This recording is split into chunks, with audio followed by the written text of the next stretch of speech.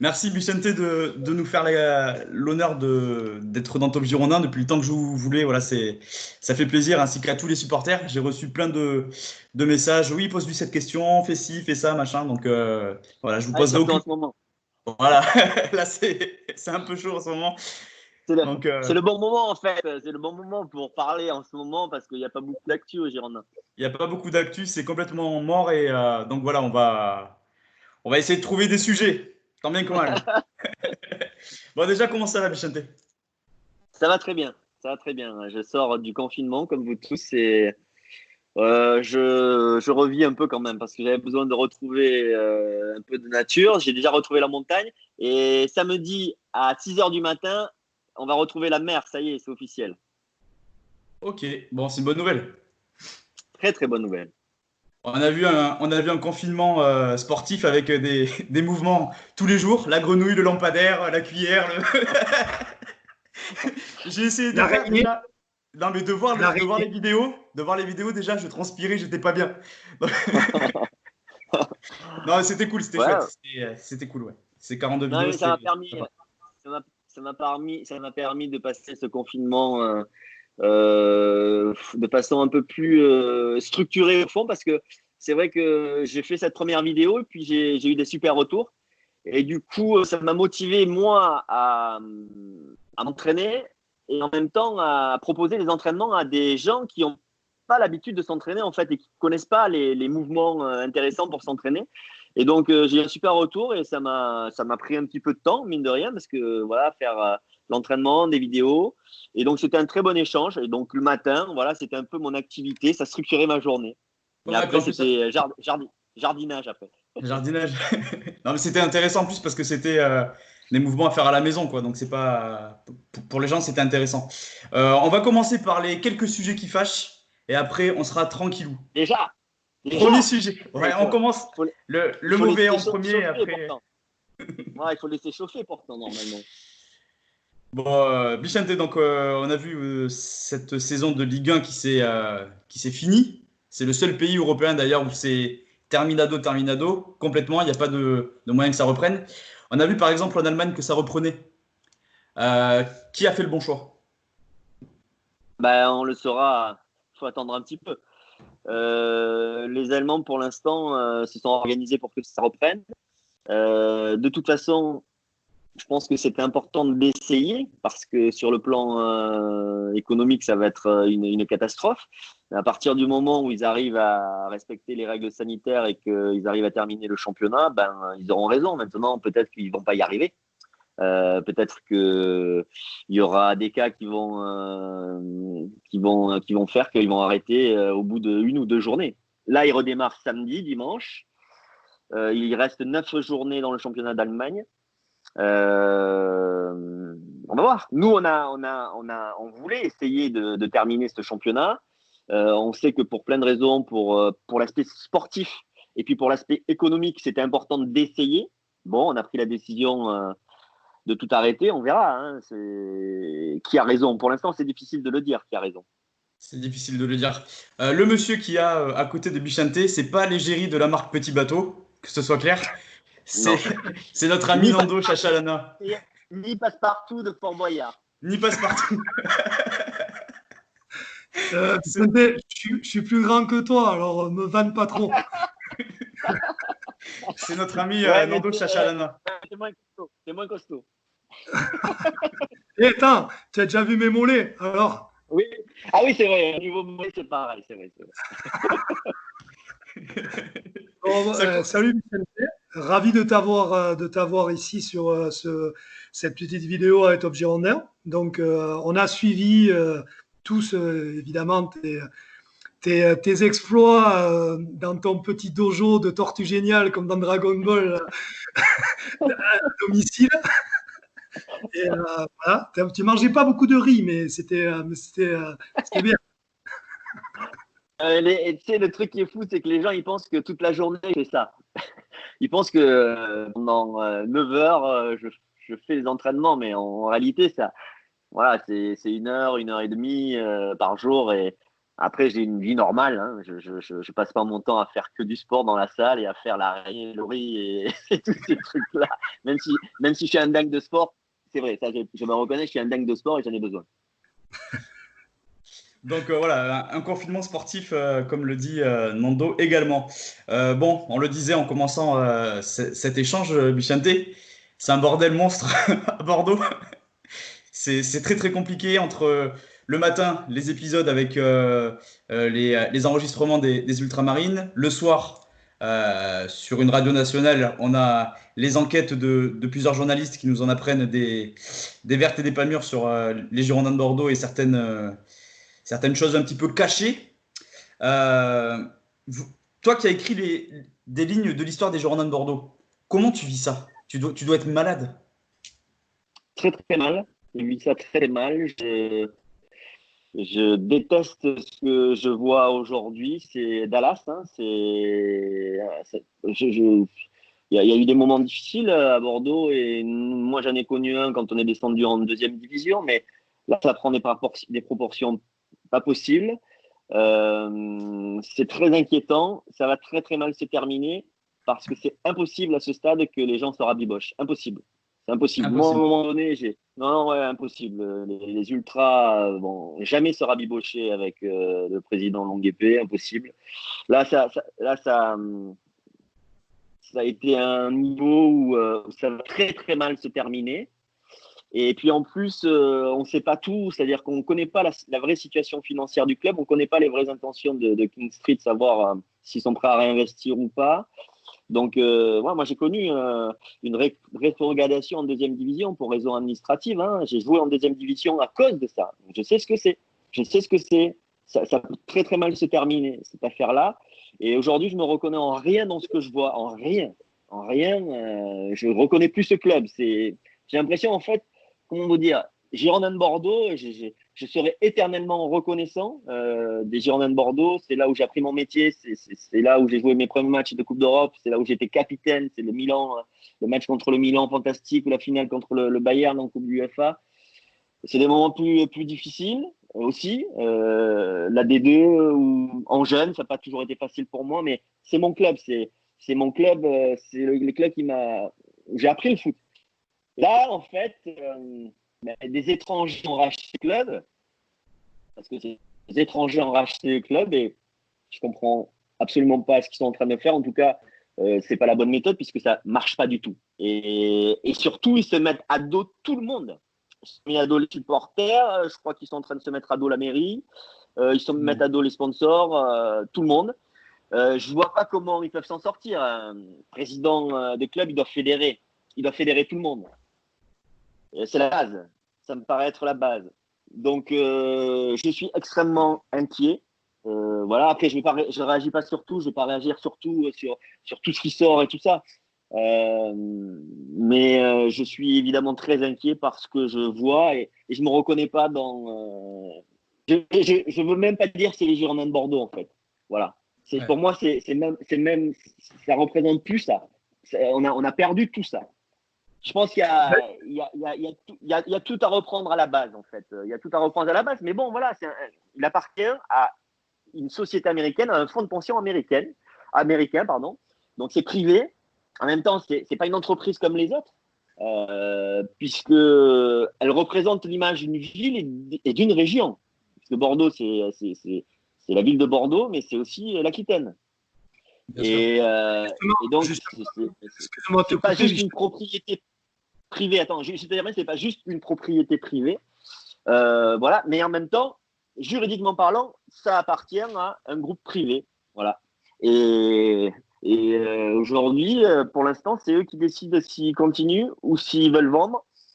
Et pour l'instant, en tout cas, ce qui est sûr, c'est qu'ils fédèrent absolument rien autour d'eux. Donc, ça va mal se finir. Justement, pour aller dans ce sens, pour en avoir, moi, je sais que j'ai pas mal milité pour ça et je sais que toi aussi, c'est ce dont tu es en train de parler. Est-ce qu'il ne faudrait pas remettre un peu l'église au centre du village et justement repartir sur un projet de régionalisation? C'est-à-dire vraiment Voilà, arrêtez, comme les Américains sont arrivés, direct, ils ont dit, ouais, Bordeaux, ça va être une marque, on va les amener aux États-Unis, on va les amener à un truc. Et nous, et toi, tu es bien placé pour en parler, quand t'es gamin, que tu étais au Pays Basque, euh, maintenant, les gamins, ils vont à la Real Sociedad ou à Athletic Bilbao. On a perdu ce lien on a perdu ce lien avec les Girondins de Bordeaux, ce lien de proximité. Ça, on l'a totalement perdu. Qu'est-ce que tu en penses? Je pense que si on parle de comment on voit les Girondins, il nous faudrait une semaine. Mais ce qui est certain, c'est qu'avant de commencer à parler de marque mondiale, comme j'ai pu l'entendre, déjà, il faudrait s'inscrire dans un projet régional, c'est-à-dire que de se réapproprier en fait la région. Les Girondins de Bordeaux, c'est le club de Bordeaux et de l'Aquitaine. Moi, je suis venu aux Girondins de Bordeaux, je suis basque, et il n'y avait pas d'autre option, il n'y avait pas d'autre club que venir aux Girondins de Bordeaux. C'est-à-dire qu'il faut que tous les gamins aujourd'hui d'Aquitaine aient envie de venir aux Girondins de Bordeaux. Mais il faut que les Girondins de Bordeaux fassent rêver. Et là, ça fait rêver personne. Moi, à l'époque, c'était une évidence, mais aujourd'hui, si j'avais mon gamin qui était un bon footballeur, je serais très inquiet de l'envoyer aux Girondins de Bordeaux, dans les Girondins de Bordeaux que je vois là. Donc, le projet, en fait, pour moi, il faudrait revenir à quelque chose de terrien, en fait. Revenir à la base, c'est un projet de région. En plus, c'est le seul club d'Aquitaine. Donc, déjà construire là-dessus. Et puis, moi, je suis ambassadeur pour le Bayern. Donc, j'ai travaillé à l'international pour le Bayern. Donc, il n'y a que 6-7 clubs qui, à l'international, ont une vraie image qu'ils arrivent à développer. Je suis parti en Inde, en Chine et tout ça. Et déjà, pour eux, c'est difficile. Alors, Bordeaux, Château Margaux, Château Pétrus, Mouton Rothschild, c'est des vins très connus. Mais les Girondins de Bordeaux, ce n'est pas connu partout dans le monde. Donc, déjà en France, et puis en Aquitaine, déjà, tu vois, refédérer, en fait, recréer des liens. Donc, enfin voilà, moi, en tout cas, pour moi, les Girondins de Bordeaux, c'est le club de l'Aquitaine. Voilà, je ne vais pas dire que de Bordeaux, c'est le club d'Aquitaine et il faut retrouver déjà ça et redonner envie, en fait, aux gens d'aimer le club et de le soutenir. Mais bon, enfin, voilà, on va pas continuer à parler de ça parce que, tu vois, c'est pareil, pour faire venir des gens au stade. Pour faire venir des gens au stade, j'ai entendu dire qu'il n'y avait pas besoin du sportif, mais le sportif, c'est essentiel. Évidemment que si tu veux donner envie aux gens d'aller au stade, il faut que leur équipe, elle. Alors, c'est pas que bien jouer au foot, d'ailleurs. C'est pas que avoir des bons résultats, c'est que tu sois fier de ton équipe avec les moyens qu'elle a. Si tu n'as pas de moyens, mais que avec ces moyens-là, tu arrives à tu vas faire plaisir à tes supporters, tu vois que tu te bats, tu vois que tu t'arrêtes, ben, c'est déjà très bien. Tu vois ce que je veux te dire? C'est pas, il faut pas arriver tout de suite. C'est ce que fait Strasbourg. Ouais, Strasbourg, par exemple, je pense que les supporters, ils sont fiers de leur équipe et Marc Keller a fait un super boulot. Et après, si tu veux jouer avec des champions, c'est compliqué aujourd'hui. Il faut avoir de gros moyens et c'est une prise de risque énorme. Mais déjà, avoir la fierté de supporter ton équipe. Voilà, que cette équipe, elle a des valeurs qui te plaisent, que ton club a des valeurs qui te plaisent, en fait. C'est comme ça que tu t'identifies. Et là, je crois que tout le monde est hyper déçu, est perdu dans cette situation. Je te dis, ça fait peur. Honnêtement, moi, ce que je vois là, j'ai l'impression qu'on est dans un asile de fou. C'est hyper inquiétant, hyper inquiétant. Ah, mais c'est une catastrophe. Je veux pas citer de nom, je vais pas faire j'ai rien de personnel à dire sur les gens, je ne connais pas et tout ça, mais vu comme ça de l'extérieur, dans mon observation, d'observateur du foot, c'est un asile de fous là. On est chez les fous, c'est Dallas, et je te dis là, pour moi, ça va très très mal se terminer. Je pense que c'est très important que le maire de Bordeaux, enfin, je pense qu'il s'y intéresse et voilà, mais à un moment donné, Bordeaux, c'est une entreprise privée certes, mais ça dépasse le cadre de l'entreprise privée. Ça représente une ville, une région. Et donc, de ce point de vue-là, tu ne peux pas faire n'importe quoi avec Bordeaux. Donc, voilà, mais le maire de Bordeaux, je pense qu'il faut qu'il commence à s'y intéresser très, très sérieusement.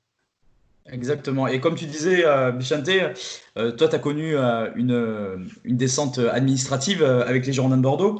Et c'est vrai que le plus compliqué dans tout ce marasme, ça va être le passage devant la DNCG prochainement, parce qu'on a un déficit budgétaire qui est énorme. qui est énorme. Oui, qui est énorme. Et d'ailleurs, oui, il est énorme. Et pardon, Michente, mais justement, quand tu entends les montants, on parle de 60 millions, de 100 millions, tu vois, là, moi, j'ai une question comme ça. Si jamais, tu vois, c'est une question, mais un peu à la Nando. Si jamais on te dit, la dette des Girondins, elle est totalement épongée, mais à une seule condition. Donc, il faut que tu acceptes un des défis suivants. Et lequel tu choisirais de relever. Alors, petit 1, c'est des trucs qui vont te parler. Hein. C'est réussir à rider à la rame la vague mythique de Jaws à Hawaï avec l'air d'Hamilton. Petit 2, finir 2 étapes pyrénéennes consécutives du Tour dans les délais. Et petit 3, vas-y. Dans les délais des coureurs du Tour, avec les mecs du Tour, quoi.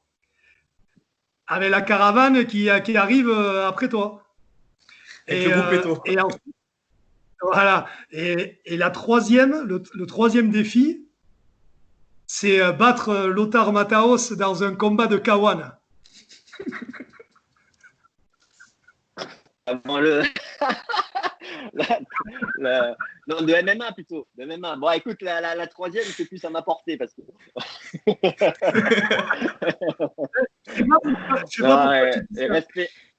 Respect autant. Mais non, mais c'est impossible. Tu veux que je meure à Jaws et une étape du Tour de France dans les délais, c'est impossible. Il y a le seul truc possible, c'est avec Lothar. Mais respect à Lothar, attention. Voilà. Mais pour revenir sur tout à l'heure, sur le plan financier, en fait, on n'est pas comptable, hein, on n'est pas financier. Mais, moi, en tout cas, très vite, j'ai envie de savoir parce que la DNCG, elle donne ses bilans à la fin de chaque saison, je crois.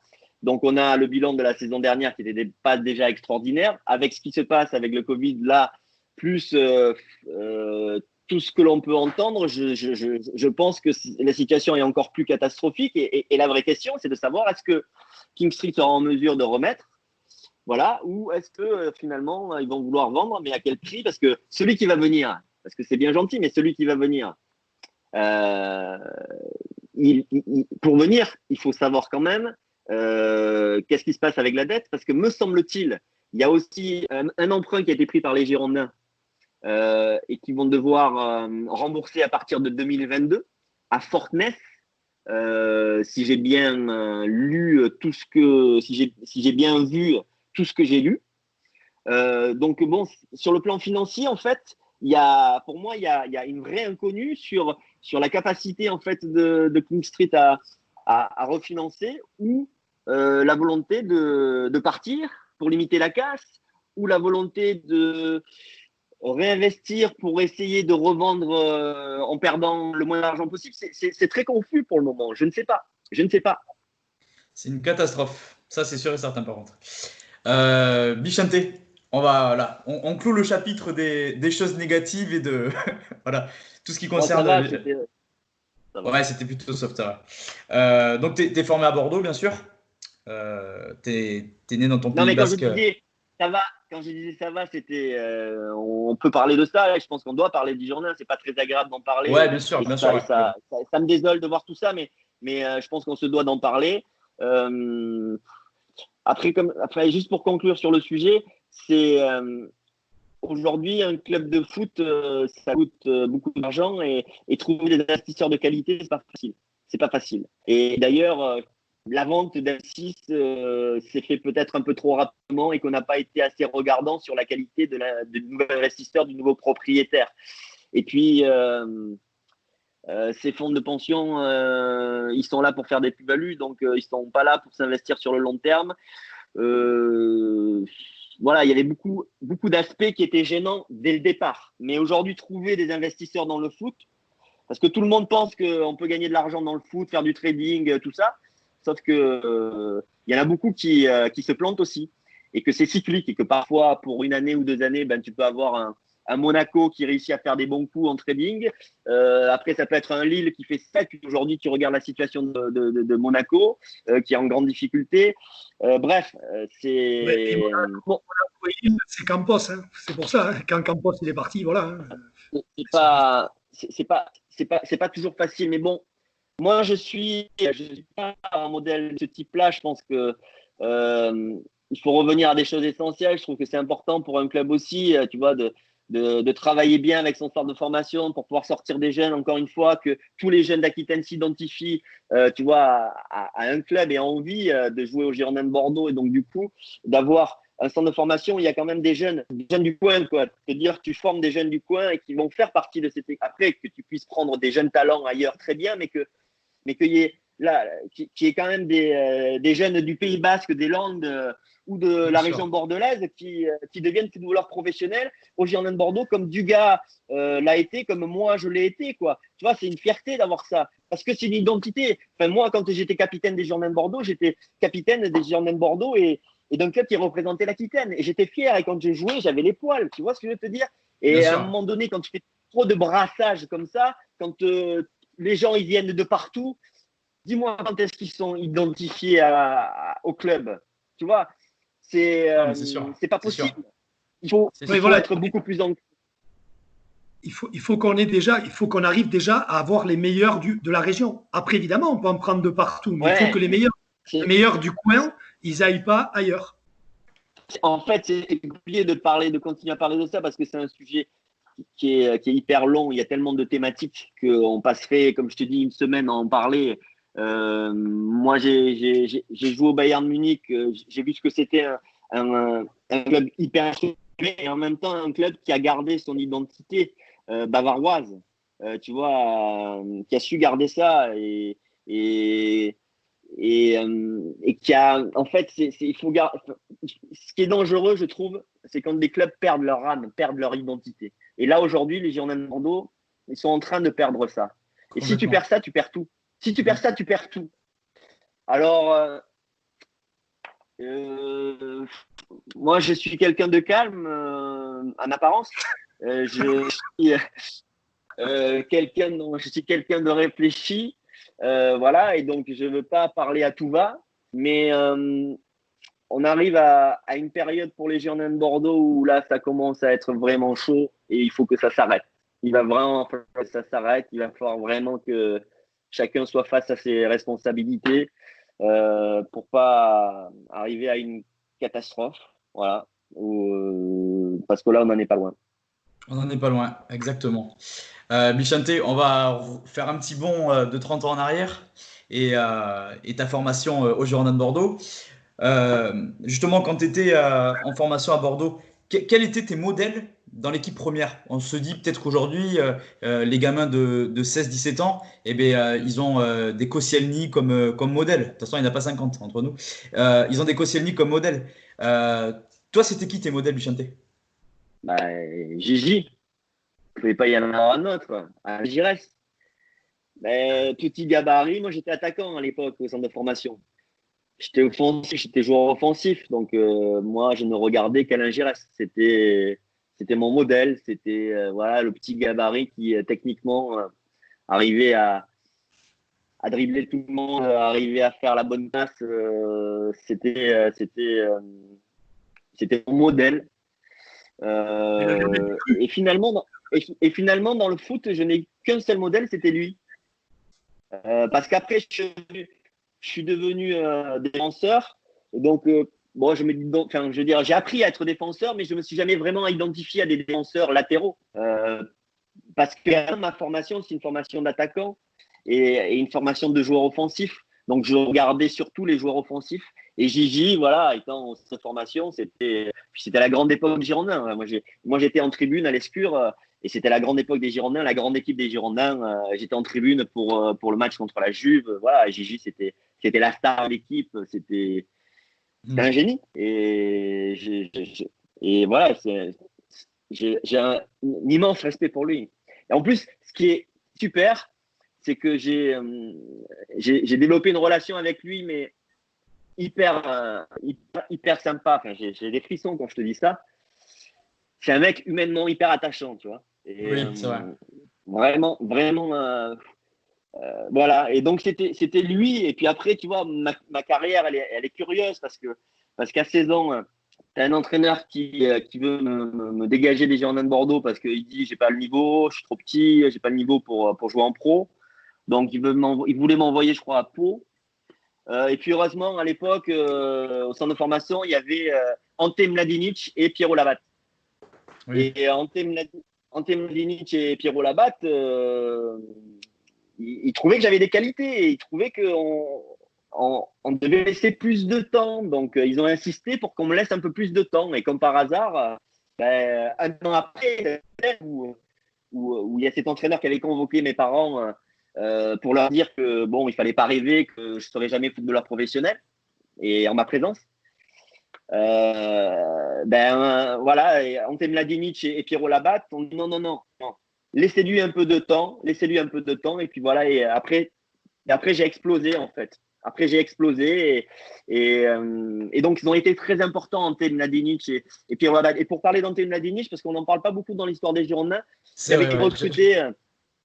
Il avait été recruté. En fait, c'est un très grand formateur, un des plus grands formateurs au monde, un Yougoslave qui a formé les plus grands joueurs yougoslaves avec cette technique yougoslave. Rappelez-vous de la Yougoslavie, les joueurs yougoslaves avaient une technique magnifique. Et donc, on travaillait beaucoup les gammes techniquement. On travaillait les passements de jambes, les crochets, les contrôles orientés, le travail de la frappe avec des potences, le travail du timing avec des potences, le travail des appuis. Et il avait une gamme d'exercices comme ça, d'ailleurs que Pierrot Labatte continue toujours à développer, qui était génial. C'est les gammes comme, pardon, je parle beaucoup, mais les gammes, c'est comme le guitariste travaille ses gammes, et ben on faisait ça. Et voilà, et j'adorais faire ces exercices-là. Et puis voilà, et puis donc comme je te dis, petit à petit, je jouais en KDB au Girondins de Bordeaux, c'était les plus mauvais. Et puis après, j'ai commencé en junior, c'était le plus mauvais parce que tu avais la division d'honneur et la 3e division. Donc moi, la première année, je jouais en junior. Et puis en une année, je suis passé des juniors à la division d'honneur à la 3e division et à m'entraîner avec les pros. Donc imagine, sur une saison, je démarre avec les juniors, les plus mauvais, et je termine à m'entraîner avec les pros. Même moi, j'ai pas compris en fait comment j'ai explosé comme ça. Je sais pas te l'expliquer. Voilà, mais c'est comme ça que ça a commencé. Et j'ai commencé à jouer au Girondins de Bordeaux en pro, attaquant, avec un certain Aimé Jacquet. Voilà, c'est comme ça que ça a commencé mon histoire avec les Girondins de Bordeaux à Caen en 88. Novembre 88. En 88. Et d'ailleurs, ce qui est peu connu avec. De quoi? Non, pardon, je bois. Non, je disais avec Ante Mladinic, là, moi j'avais regardé une fois, c'est vrai que en plus c'est une superbe recrue, bon, à ce moment-là, mais c'est quand même pas, quand il arrive, c'est quand même un gars qui a été sélectionneur de la Yougoslavie. Je crois qu'il fait l'Euro 76 ou comme ça. Il perd contre les Allemands, mais il a été sélectionneur, il me semble, même de la Yougoslavie. C'était quand même c'était une figure de la Juke Split. Il était à la base, et c'est vrai que c'était ce que tu disais. Il était réputé, il a été recruté à la base, d'après ce que j'ai compris, pour le jeu de passe, en fait. Oui, il a été recruté. Enfin, nous, en tout cas. La présentation qu'elle avait faite, c'était vraiment l'un des plus grands formateurs au monde et avec une méthode d'entraînement. Et tu as raison, il fallait le préciser, le jeu de passe, le jeu en triangle. C'est le fameux jeu en triangle qu'on a souvent développé à Bordeaux avec Dugas et Zizou, mais je dirais que Zizou, c'était quelque chose d'inné chez lui. Mais nous, le jeu en triangle avec Ante Mladinic, en fait, on faisait des exercices comme ça. Tu faisais le taureau, tu vois, le taureau. On faisait des taureaux, mais des taureaux vivants, pas des taureaux statiques. Tu vois, le taureau, c'est tu mets 7 mecs, tu fais un rond, et puis tu en as 2 qui courent et qui doivent récupérer le ballon. Et nous, on faisait des taureaux en mouvement. Et il fallait toujours faire des triangles. Il fallait toujours que le porteur du ballon, il ait 2 solutions. Et donc, c'est la base du jeu, de tous les jeux, tu vois, de passe à 10 que tu peux voir, le Barça, le jeu à la nantaise, tous ces jeux, tu vois, de passes sophistiqués, c'est un travail qui permet de développer ça, en fait. C'est une façon de créer des liens, en fait, entre les joueurs et de toujours bien se positionner. Tu parlais, Bichente, voilà, de Zizou à l'instant. Tout à l'heure, en parlant des joueurs qui étaient nés et qui ont évolué au Girondins de Bordeaux, tu parlais aussi de Dugas. Vous m'entendez bien, les gars? Parce que là, j'entends un petit bruit derrière. Bon, ouais. Et justement, ouais, ce trio, Zidane, Dugarry, Zarazou, on en a parlé longtemps au Girondins de Bordeaux. Est-ce que toi, avec tes yeux de joueur qui étaient. Je crois pas que tu étais encore international à cette époque-là, je sais plus trop. Non. Est-ce que tu avais le sentiment que vous pouviez faire les choses que vous avez faites derrière? Sincèrement. Alors, impossible d'imaginer ça. Mais honnêtement, et tu penses même pas. En fait, je vais te dire franchement, moi, j'étais assez méthodique. Je voulais. Écoute, tu sais quoi, moi, quand j'étais gamin, je voulais faire du sport mon métier. Voilà. Et puis, à un moment donné, quand j'ai pu rentrer au centre de formation, je me suis dit, voilà, je veux faire du foot mon métier. Je voulais être footballeur professionnel. Mais jamais, Ouais. quand j'étais gamin, je jouais avec Valentin Mandaille, je me disais, je veux être champion du monde. Tu peux pas te projeter si loin, il faut y aller étape par étape. Donc, je voulais être footballeur professionnel. La première mission, c'était arriver à sortir du centre de formation et devenir footballeur professionnel. Tu sais, il y a eu de la casse. Hein. Moi, j'ai plein de copains qui voulaient être footballeur professionnel et qui ne l'ont pas été. J'étais le seul de ma promotion.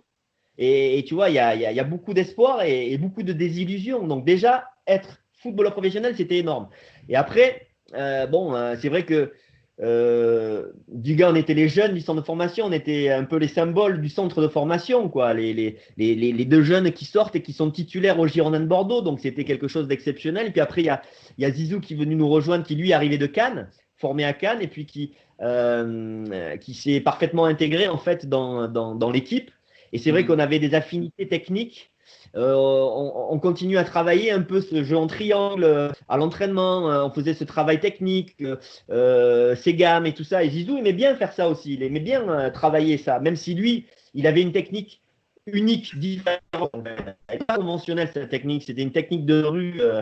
Il a un toucher de balle. Enfin, son jeu, il est personne. Il n'y a que lui qui joue comme ça en fait. Sa technique, elle est unique.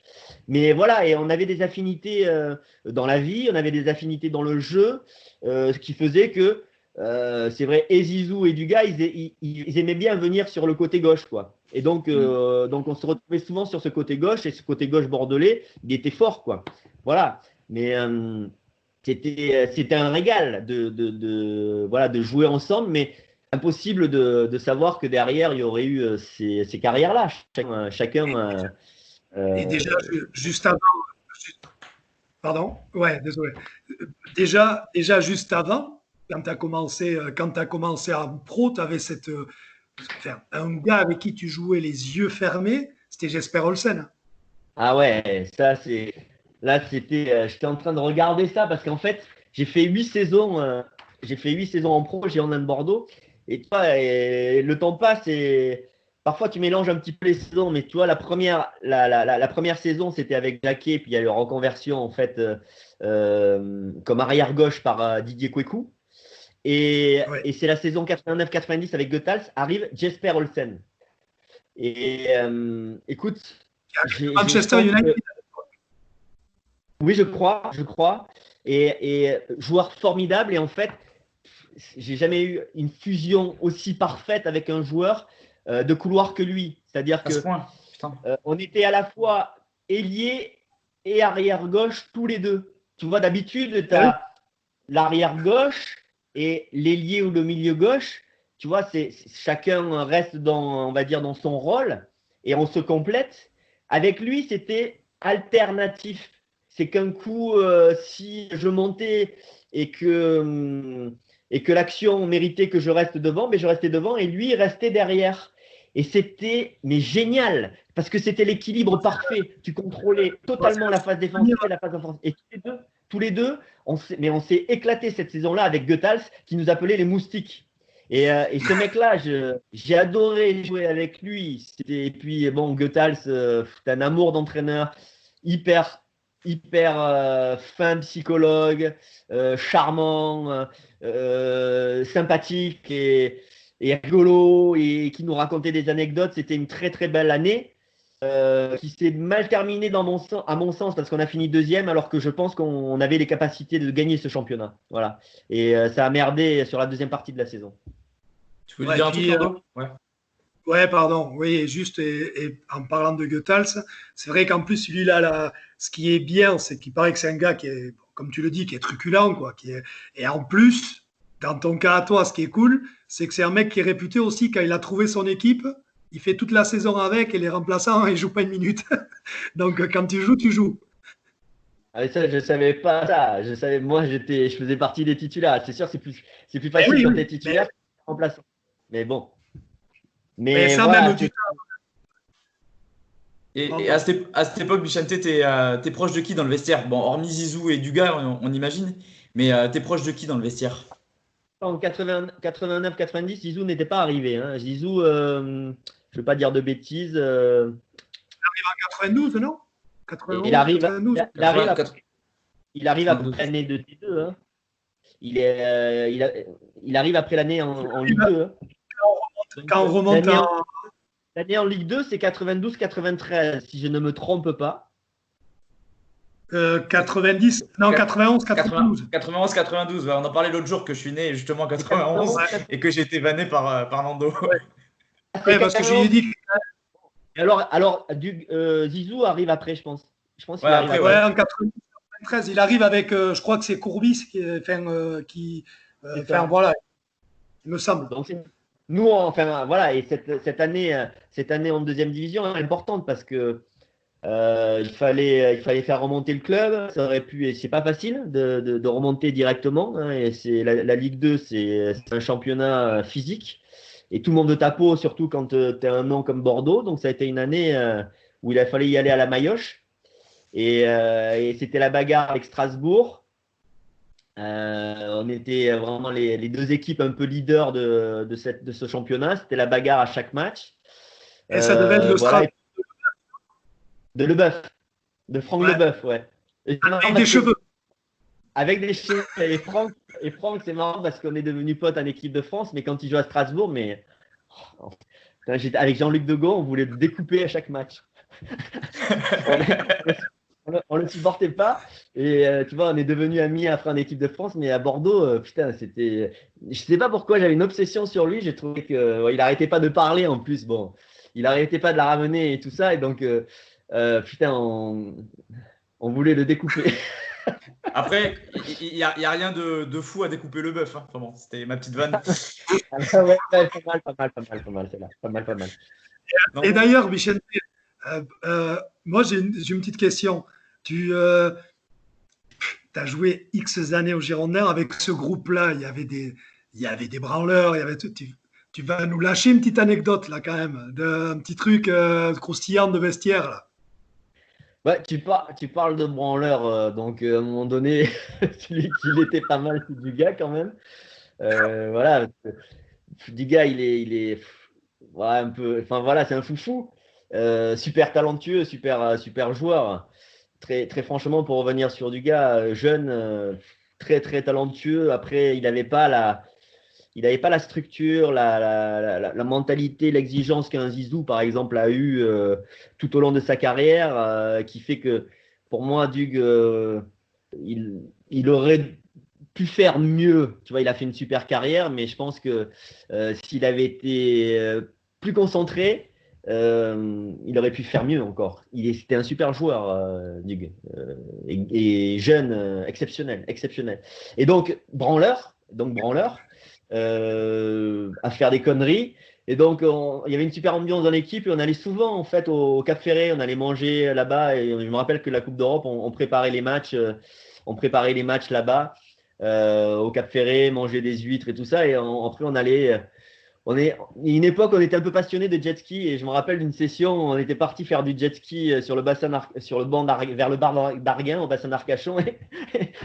Et on était tous sur notre jet et là tout d'un coup on voit passer Duga sur son jet ski à poil. Ça c'est Duga. C'est un déconneur, c'est un bon vivant, bon voilà. Et après il est insaisissable quoi, voilà. Excellent, Merci. excellent. Bichente, donc bon, naturellement, tu as connu, en plus de l'Athletic Bilbao, les Girondins et le Bayern. Comment tu as vécu cette double confrontation entre le Bayern et les Girondins en Ligue des Champions il y a 10 ans de ça?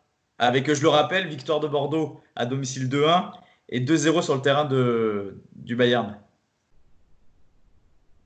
Attends, tu me parles de quoi là? Tu me parles du match qu'on a joué nous, il y a 10 ans. Ou Non, tu non, parles le match d'il y a 10 ans avec l'équipe de Gourcuff, Chamac. Non, comment je l'ai vécu? Écoute, je crois pas que je commentais ce match. Euh, je crois pas que je commentais ce match. Euh, je m'en souviens pas trop en fait. Ça m'a pas. Non, en fait, tu sais, la situation qui aurait pu être difficile, c'est si j'avais été commentateur de ce match-là. Bah, tu sais, moi, il y a deux clubs dans ma vie. De toute façon, voilà, c'est simple. C'est pas très compliqué. Il y a deux longues histoires. Il y a deux clubs qui sont chers à mon cœur. Et je vais pas faire de concours. Je vais pas. Les Girondins de Bordeaux, c'est la formation, c'est l'apprentissage du foot, c'est les premières joutes européennes et voilà. Et c'est mon club en France, il n'y en a pas d'autres. Et ensuite, le Bayern, c'est presque 9 ans au Bayern, un club de fou, un des plus grands clubs au monde. J'ai tout gagné avec le Bayern. Je me suis identifié à ce club, je me suis identifié à cette mentalité-là, ça me correspondait parfaitement. Probablement parce que voilà, moi j'ai besoin de choses structurées, j'ai besoin d'un discours clair et que là-bas, c'est structuré, c'est clair, il y a de l'ambition, c'est professionnel et donc voilà, ces deux clubs, c'est les clubs qui resteront dans mon cœur jusqu'à la fin des jours. Et donc ce match-là, je te dis, j'ai pas eu de problématique puisque je me suis pas retrouvé à le commenter, tu vois. Ouais. Tu sais, quand tu commentes un match, voilà, je me rappelle pas en particulier en fait. D'accord, très bien. Pardon, excusez-moi, Vas-y, juste mon Bichette, d'ailleurs, je ne sais pas, tu dois le savoir, mais dans ton palmarès, tu sais que tu étais le second Français à avoir les deux plus grands titres avec un club et avec l'équipe nationale, en gros d'avoir gagné la Ligue des Champions et la Coupe intercontinentale et l'Euro et la Coupe du Monde. Et tu sais qui c'était le premier à avoir fait français? Didier Deschamps, non? Eh oui. Alors je veux pas dire que je veux pas faire une basque, dire que les Basques, on a été les deux premiers. Enfin voilà, c'était des Basques, mais je le dis quand même.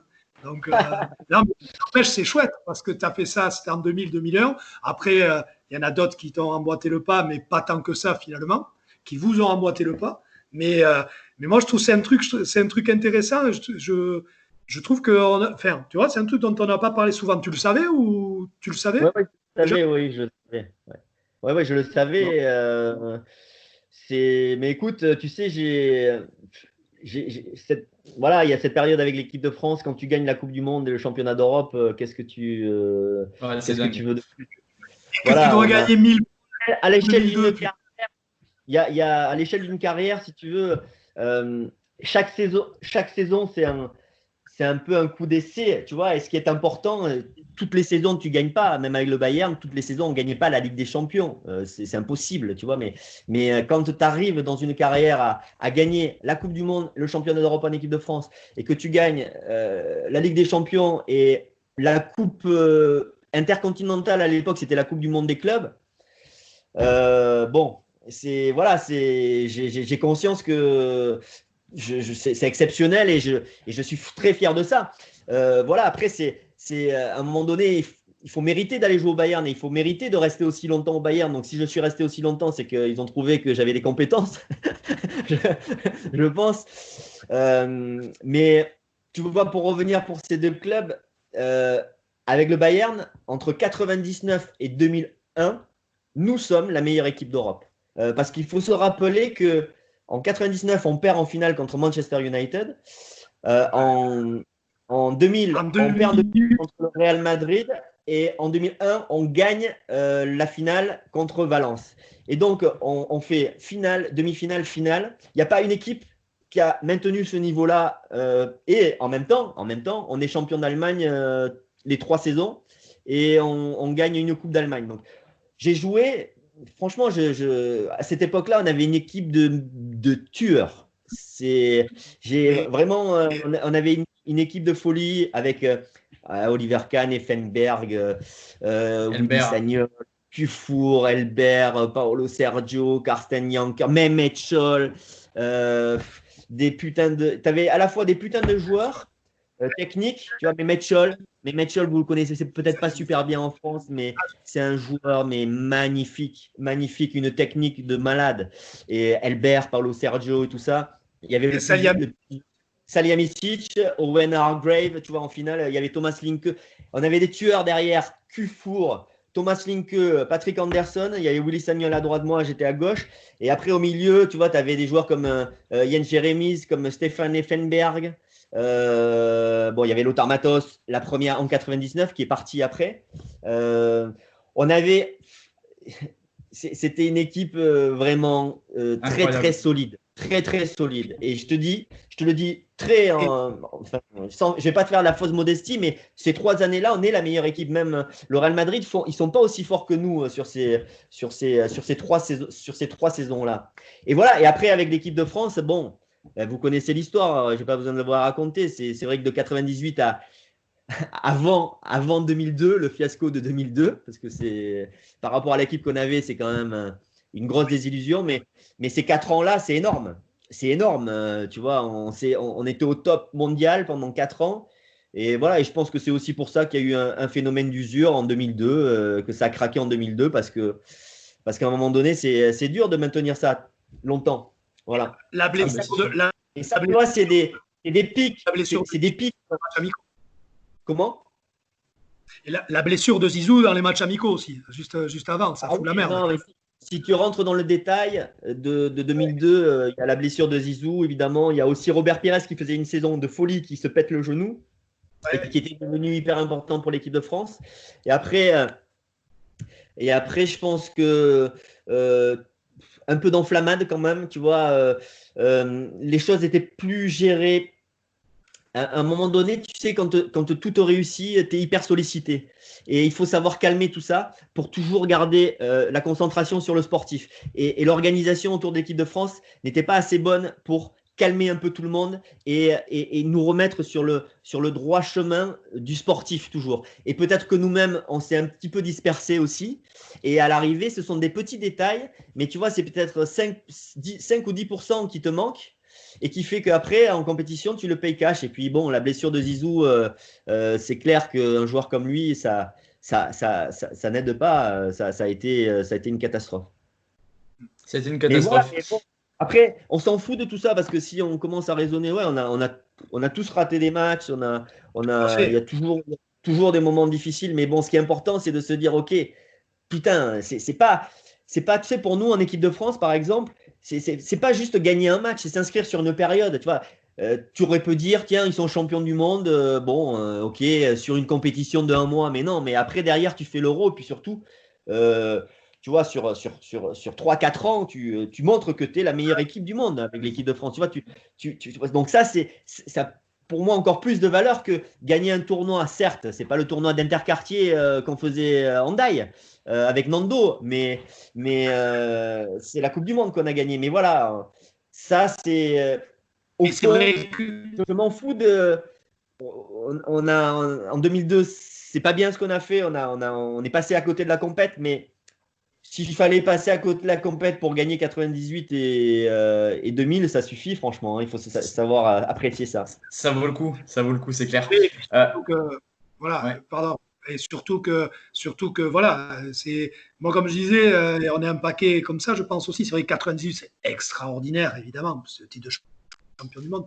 Mais après, le puriste dans le jeu de l'Euro 2000, mais vous marchiez sur l'eau, les gars. Alors ça, cette période-là. Le puriste, tu sais quoi? Moi, je vais lui dire au puriste que moi, je préfère 98 à 2000. Voilà. Ah, c'est vrai. Et moi, le puriste, je lui dis, je m'en fous je m'en fous. Mais non, mais je sais, le puriste, il va dire, offensivement, ça jouait mieux. Oui, on avait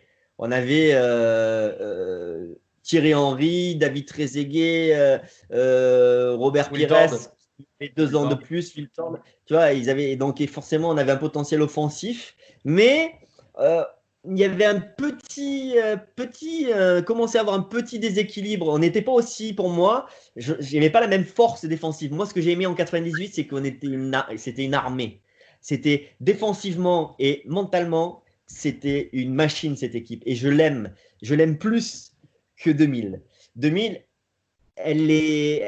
pour les puristes, elle jouait probablement mieux au foot offensivement, probablement. Mais pour moi, homme de terrain, elle avait une fragilité. Elle perdait un petit peu son équilibre attaque-défense. Plutôt défense et attaque. Voilà mon sentiment. Mais... Non, mais attends, moi, je dis juste, c'est extraordinaire 98. Je dis juste, c'est vrai que c'est même pas que l'Euro 2000.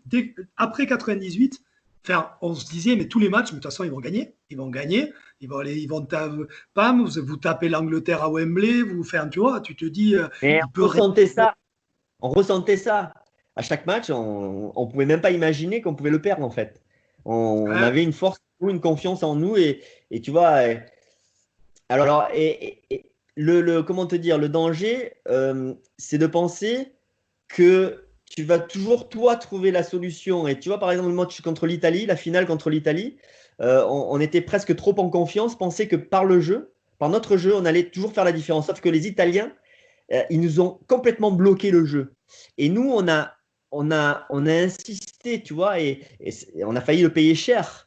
Tu vois, il aurait fallu qu'on soit peut-être probablement plus prudent dans l'approche du match contre l'Italie, sachant l'adversaire que c'était, toujours solide défensivement et tout ça. Donc, c'est toujours un peu dangereux.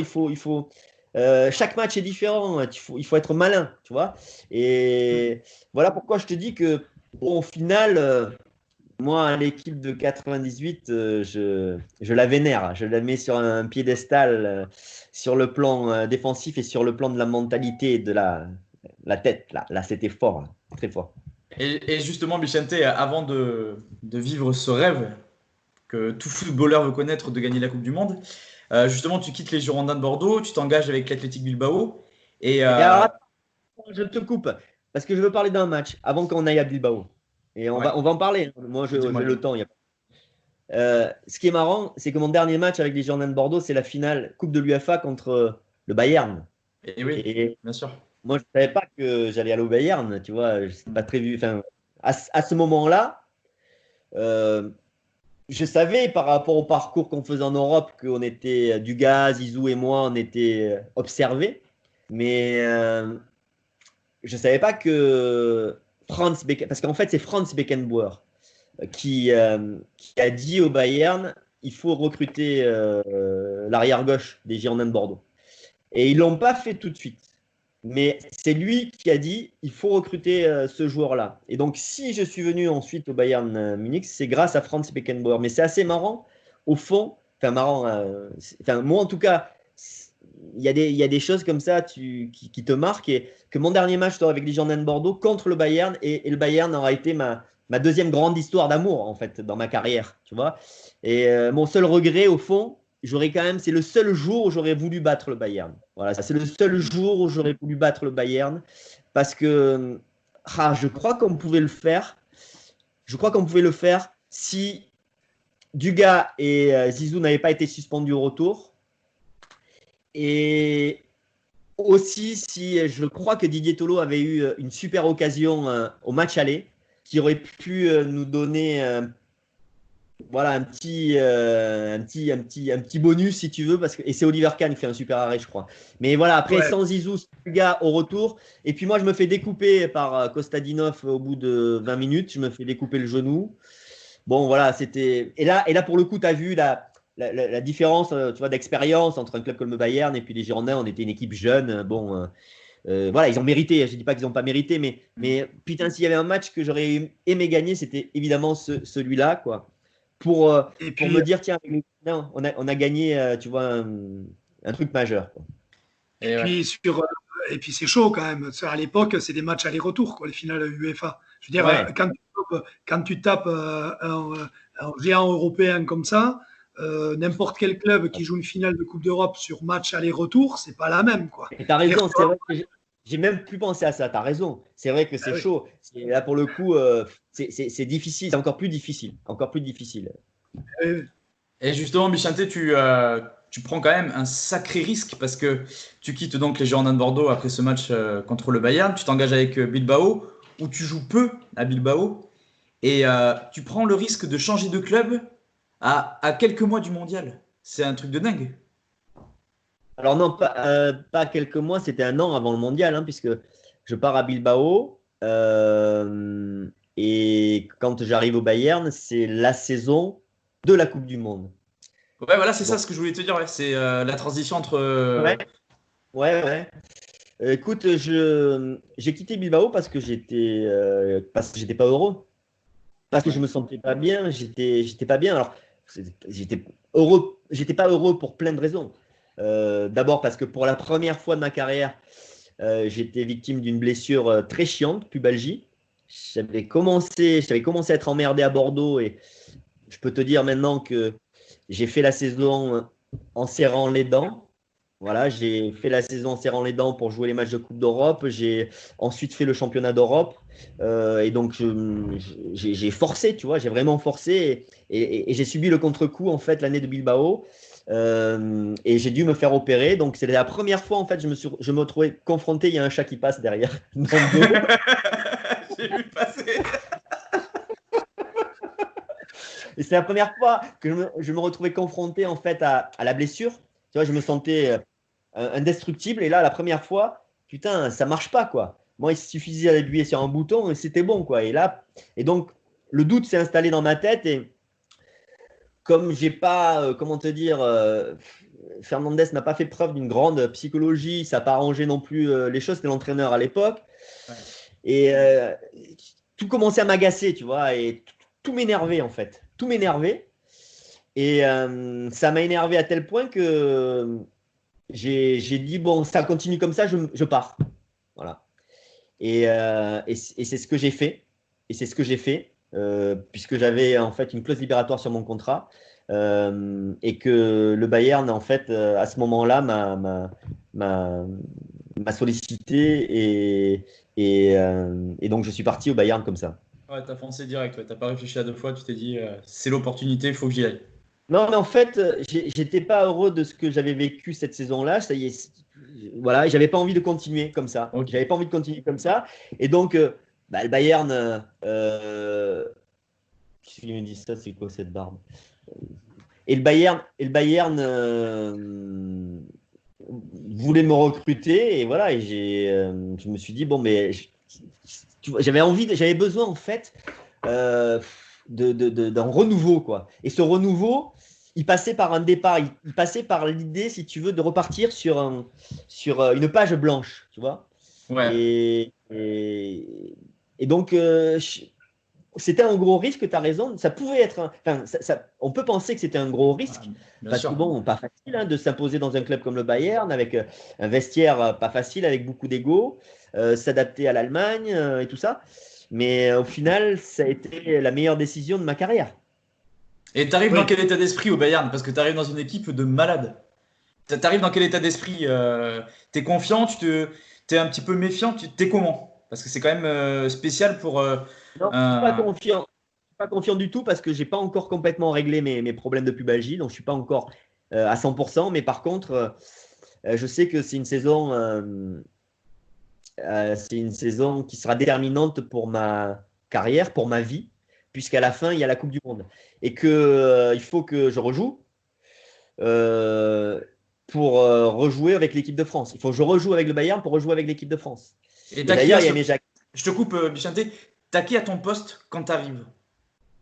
Putain. Cette année-là. Putain, là, tu me mets un. Là, tu me mets. Je m'excuse, je le couperai. Ouais, là, je sais pas, bon, oublie cette question.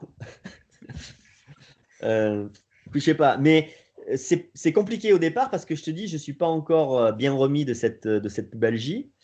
Et il y a même Aimé Jacquet qui vient à Munich pour savoir comment je vais, qui me dit écoute, tu seras mon arrière gauche en équipe de France, mais évidemment à la condition que tu retrouves toutes tes sensations physiques et tu rejoues avec le Bayern, quoi.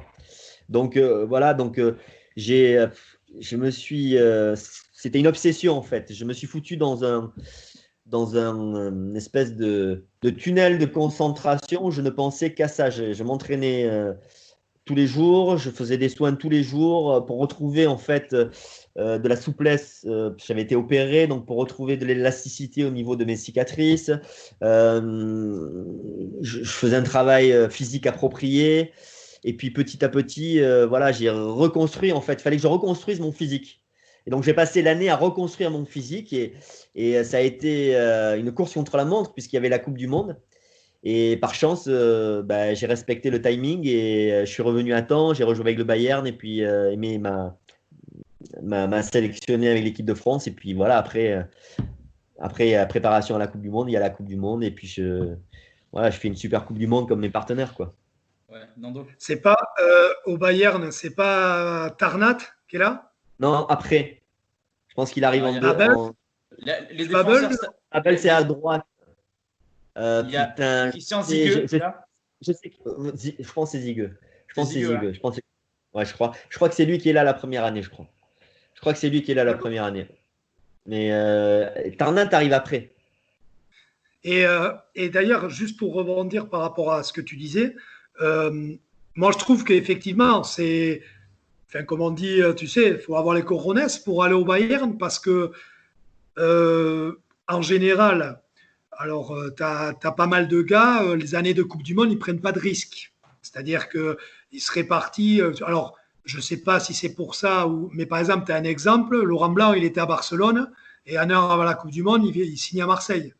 Après, il y en a pas mal qui choisissent. Et il avait fait pareil, Laurent Blanc, avant l'Euro 96, il était, je ne sais plus où, il était à Naples et il vient jouer à Auxerre où il fait le doublé Coupe Championnat. Il y en a qui vont plutôt partir du postulat, parce que là, franchement, tu es à Bilbao, tu demandes à un agent de te trouver un club en France, tu pouvais jouer partout, je pense, en France. C'est un choix quand même osé. Je trouve qu'il ne faut pas le minimiser, quoi. Non, mais en fait, je pense que sur le moment, j'étais tellement énervé parce que je vivais à Bilbao, en fait, ça allait pas. Que j'étais un peu kamikaze, en fait. Je me suis pas réfléchi en fait à ça. Je me suis pas dit tiens, ça pourrait être compliqué parce que grosse équipe, parce que gros vestiaire, parce que adaptation et du coup ça peut mal se passer et du coup pas d'équipe de France et pas de Coupe du Monde. Et imagine, c'est pas du tout la même histoire que je te raconte aujourd'hui. Tout à fait. Donc c'était j'étais un peu kamikaze, mais il y a des moments en fait, tu peux pas tout savoir en fait. Tu sais, les choix de carrière, et tu peux pas tout maîtriser, tout savoir. Je pouvais pas savoir que j'allais rester autant de temps au Bayern que l'année d'après, parce qu'en fait la première année c'est avec Trapattoni et c'est l'année que l'on appelle le FC Hollywood. D'accord? Parce que souvent, il y a des soi-disant spécialistes en France de l'Allemagne et du Bayern et qui parlent du FC Hollywood. Non, il y a eu quelques années FC Hollywood au Bayern, mais ce n'était pas les années que j'ai connues moi avec Hitzfeld. Avec Trapattoni, il y avait beaucoup d'ego, il y avait de très grands joueurs, il y avait pas mal d'accrochages. Donc c'était une année qui était un peu de transition, un peu compliquée. Mais les vraies années fastes avec le Bayern, c'est l'année d'après, c'est après la Coupe du Monde. Et la Coupe du Monde, en fait, a été pour moi, c'est ça qui m'a donné la confiance en fait. C'est la Coupe du Monde que j'ai fait quand je suis revenu au Bayern. J'avais les épaules, j'étais en confiance, tu vois. Bon, en fait, j'avais besoin de retrouver la confiance. Et pour trouver la confiance en moi, il y a rien de mieux que les matchs. J'avais perdu la confiance dans mon physique avec cette blessure et cette opération.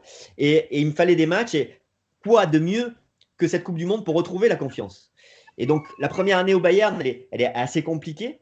Mais la confiance que me donne cette victoire en Coupe du Monde, elle est énorme. Et à partir de là, bam, vraiment, c'est là où je m'installe au Bayern avec Hitzfeld, qui devient un peu un entraîneur mentor pour moi, avec qui j'avais une confiance fantastique.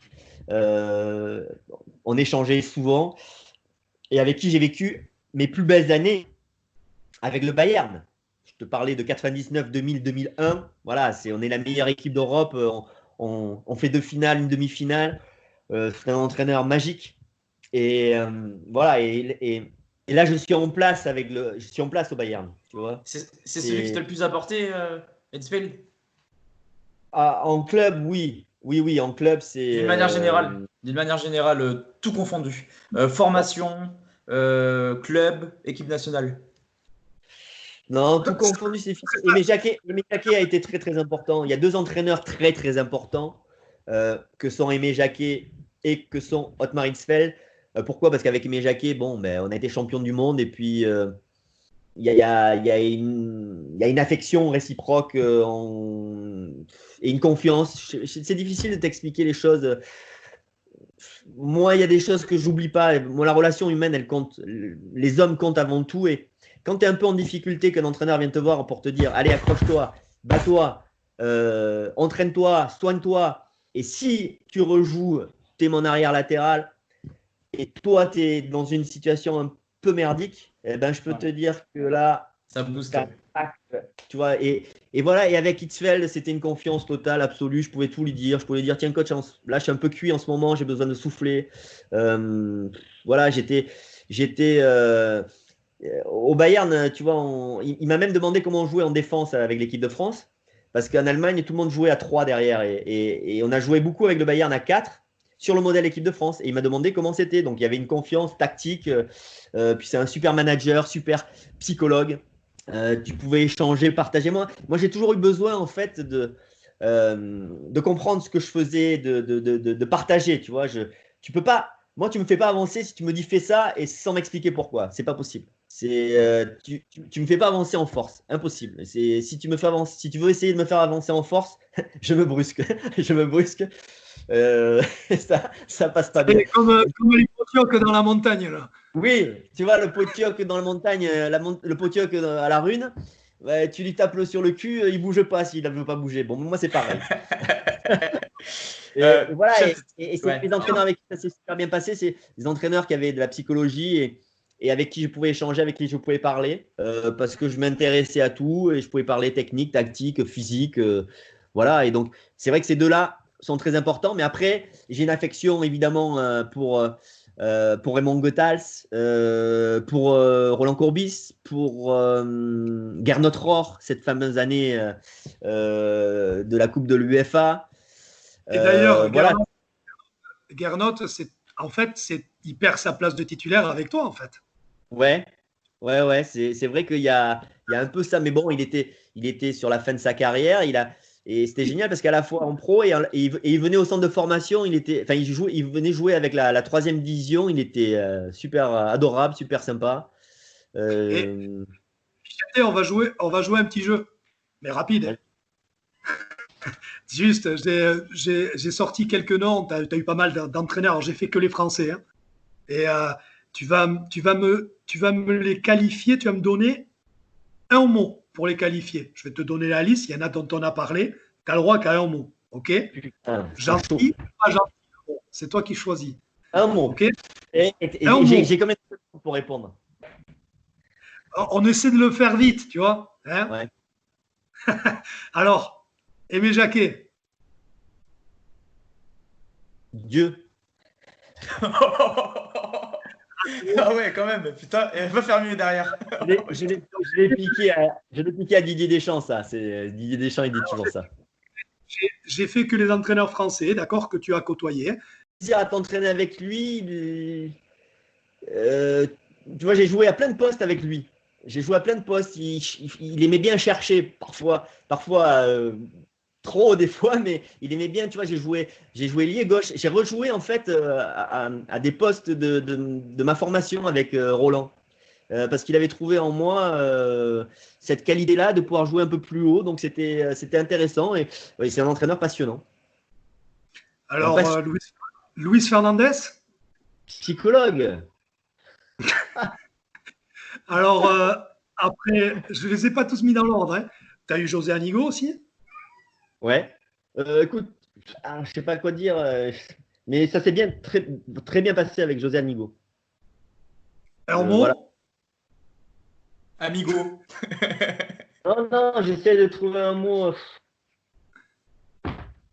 Je sais pas, honnêtement, moi, j'ai eu du plaisir à bosser avec lui. Il était, enfin, je sais pas, il a été respectueux. Il a été, voilà. Là, je peux pas répondre sur un mot parce que c'est Donc, on continue dans le terme respectueux et tout ça. Philippe Troussier. tremblant, monumental, monumental. Oh ouais. Ouais. Alors après, on va passer sur quelques sélectionneurs. Gérard Rouillet. Et c'est le premier à me faire jouer. Ouais, un mot, je sais, c'est le premier. C'est ma première sélection en équipe de France, donc moi, Confiance. ouais, confiance et moi, je m'entends bien avec lui toujours aujourd'hui, voilà. Donc, ok. Et voilà, Roger Lemaire. c'est quelque chose que j'ai pas oublié. Roger Lemaire. Euh, Fou. Alors là, il faut t'expliquer. Parce que Bah, nous, Roger, on a l'image moi de tous.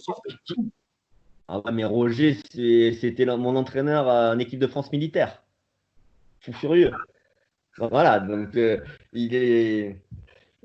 Ouais, et voilà, et après en équipe de France, adjoint d'Aimé, après en 2000, 2002.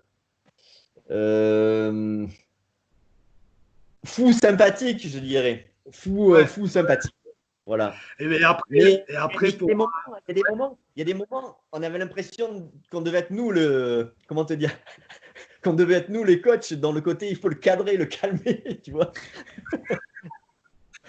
ouais, il pouvait Oui. virer la.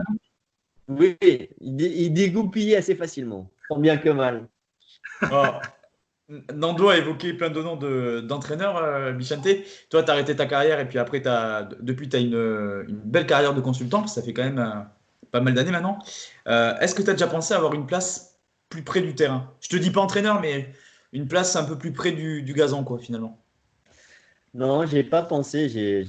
J'ai tout de suite eu envie. Bon, d'abord, c'est le premier job qu'on m'a proposé dans ma reconversion. Ouais. Déjà, faut être pragmatique. C'est le premier job qu'on m'a proposé, donc je trouvais que c'était un job idéal après une carrière où tu as besoin à la fois de tout de suite faire quelque chose pour pas ressentir le vide, la petite mort, et en même temps te laisser du temps pour récupérer, pour décompresser et pour profiter un peu du temps de libre que tu n'as pas eu pendant ta carrière. Parce que moi, ma carrière, j'ai vécu vraiment, j'ai essayé, tu vois, j'aime pas avoir de regrets, donc j'ai essayé vraiment j'ai essayé d'être consciencieux, quoi. Donc j'étais obsédé par ça, j'étais concentré par ça et je m'autorisais pas beaucoup de choses à côté. Et donc voilà, donc j'ai trouvé le métier qui me permettait déjà de revenir vivre au Pays Basque, ce qui était important pour moi après presque 10 ans à l'étranger, de fixer mon cadre de vie ici, puis ensuite d'organiser ma vie professionnelle à Paris en l'occurrence, puisque tout se passe à Paris dans les médias. Et donc, je pouvais avoir cet équilibre-là.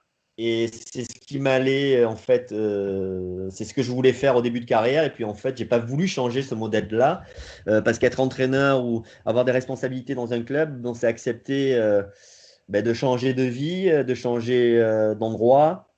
C'est aussi accepter une instabilité. Hein, on peut constater quand même que le football est assez instable, de plus en plus instable, que tu vois beaucoup de changements d'entraîneurs, même de présidents. Et voilà, et moi j'avais envie de stabilité, donc je voulais un métier plus stable. Tu te Même régales, là. si je me régale, ouais, vraiment. Ouais, là, t'es J'adore nickel, ouais. ce que je fais, ça correspond à. J'ai besoin d'être libre aussi.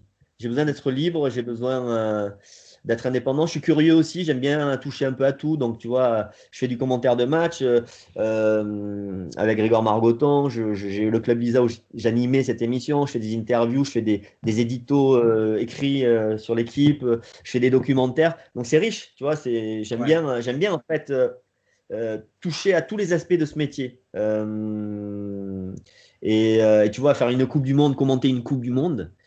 Écoute, j'ai préféré quand même jouer des Coupes du Monde, bien sûr, mais commenter une Coupe du Monde, c'est vraiment un kiff, quoi. C'est vraiment un kiff parce que tu fais des super matchs. Et puis, c'est une aventure. Tu vois, j'ai découvert la Russie grâce au foot.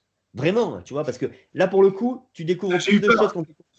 J'ai eu peur, je croyais que j'ai découvert la Rousseau, putain. Quand tu es joueur, tu vois rien du tout, en fait. Tu es dans ton hôtel, tu es concentré sur tes matchs, tu vois rien du tout. Au moins, quand tu es consultant, eh ben, tu découvres un pays. Donc, j'ai découvert l'Afrique du Sud, j'ai découvert le Brésil, j'ai découvert la Russie grâce au foot. Et en plus de ça, ça a été un kiff de commenter des grands matchs. Et même l'Afrique du Sud, même si ça a été pas une grande réussite, c'était hyper intéressant professionnellement. C'était hyper intéressant parce que c'était le grand n'importe quoi. C'était un peu comme au Girondins. J'allais le dire, ouais. Voilà. J'allais le dire.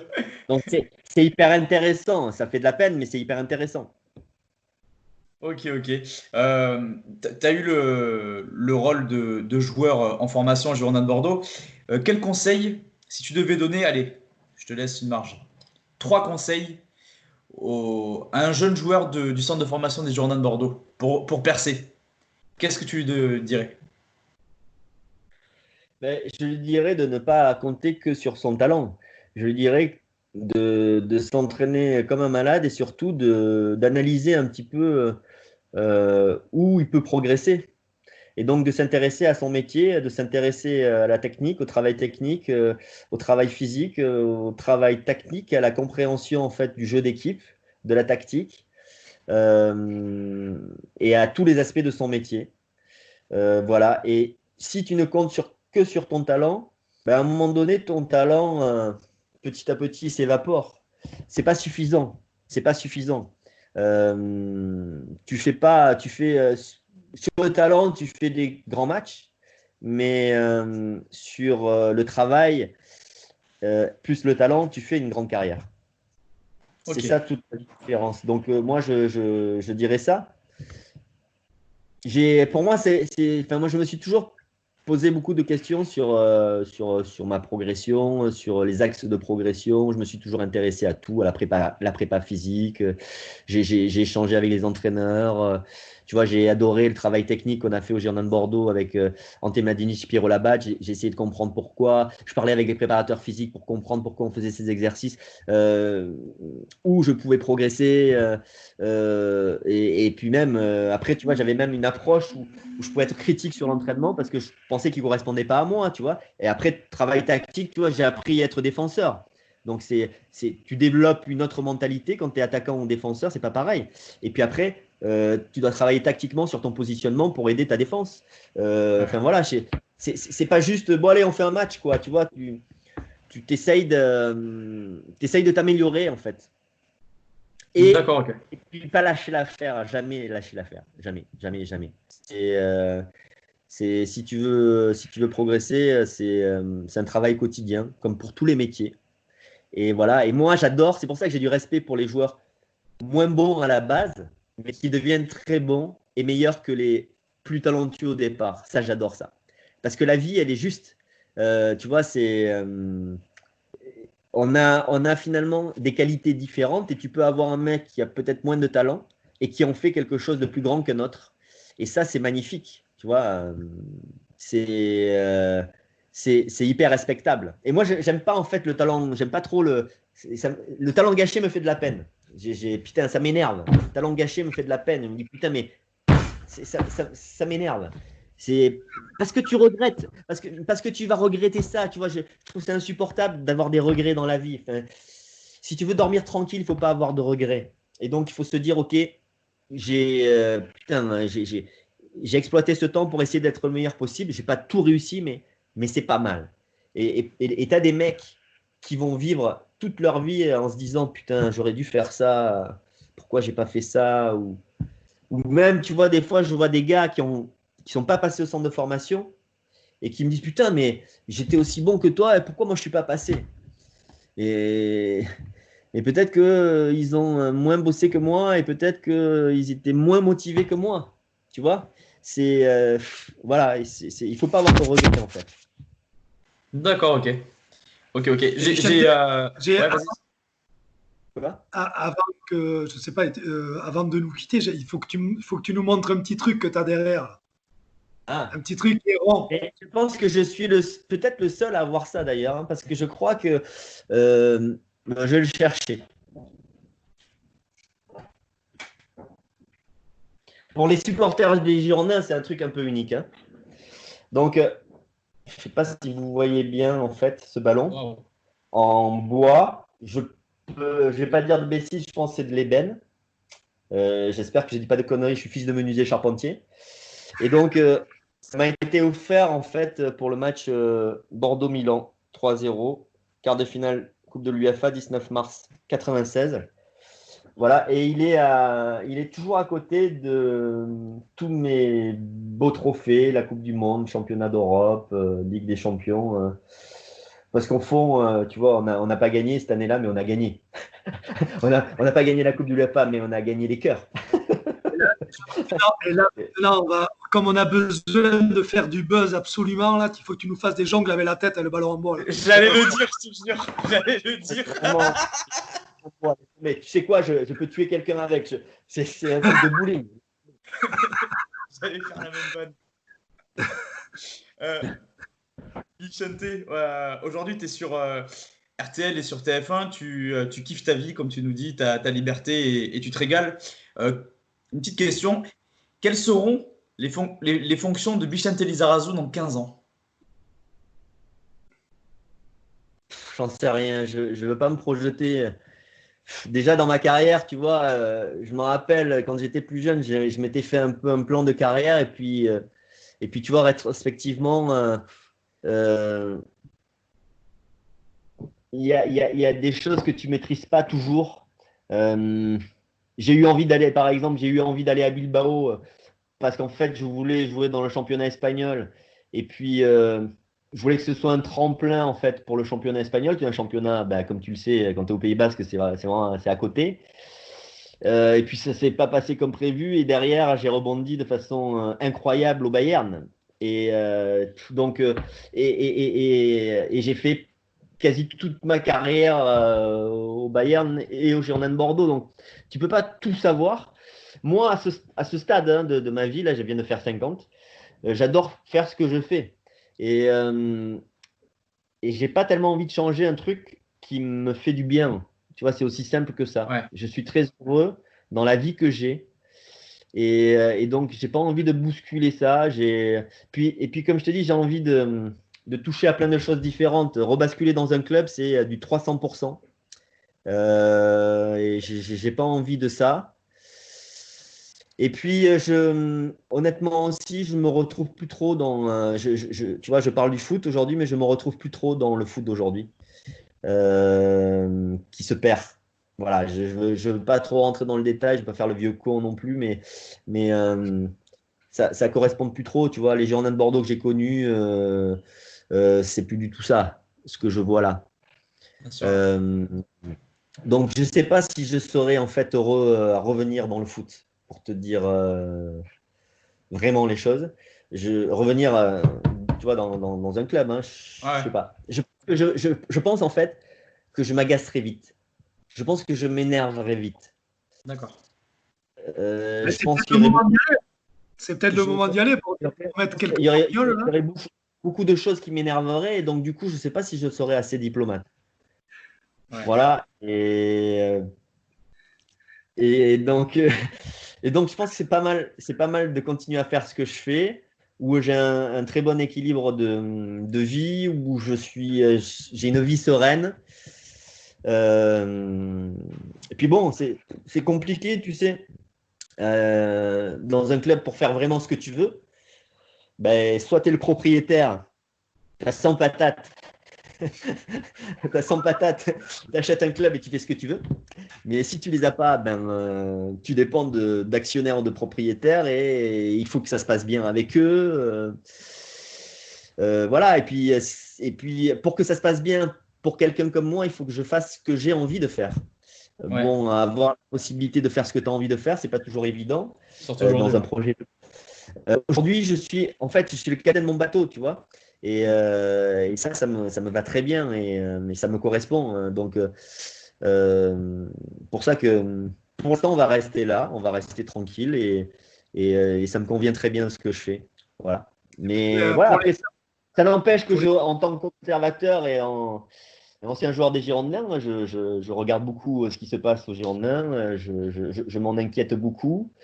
Mais voilà, je suis un observateur qui espère que on va vite passer à une nouvelle phase qui correspond beaucoup plus à ce que représente ce club pour moi.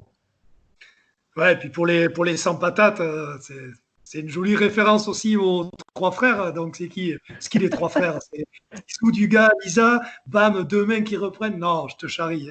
J'ai vu ça sur les réseaux sociaux, mais il ne faut pas être dans cette nostalgie-là. Il faut pas être dans cette nostalgie-là. Tu sais, on est d'abord, les anciens joueurs, on n'est pas forcément compétents pour diriger des clubs. Hein, il faut être humble. On a été des grands joueurs des Girondins de Bordeaux, ok, on a une connaissance du foot, ok, mais c'est pas forcément évident qu'on soit, tu vois, des bons directeurs sportifs ou des bons présidents. Voilà, enfin, je pense que pour qu'un club fonctionne, de toute façon, il faut une équipe. Une équipe de dirigeants, enfin une équipe de gens qui maîtrisent tous les sujets financiers, les sujets de recrutement, le centre de formation, le marketing, l'image, le sportif. Voilà, donc il faut beaucoup de qualité et c'est une vraie équipe. Et donc c'est quelque chose à construire. C'est pas juste un nom, une personne. Tu vois, ça fait rêver quand parler du truc, ça fait rêver comme ça, mais on n'a pas forcément les compétences pour ça. Après Lisa, je comprends ce que tu veux dire de ton œil de Bichente Lizarazu, tu vois.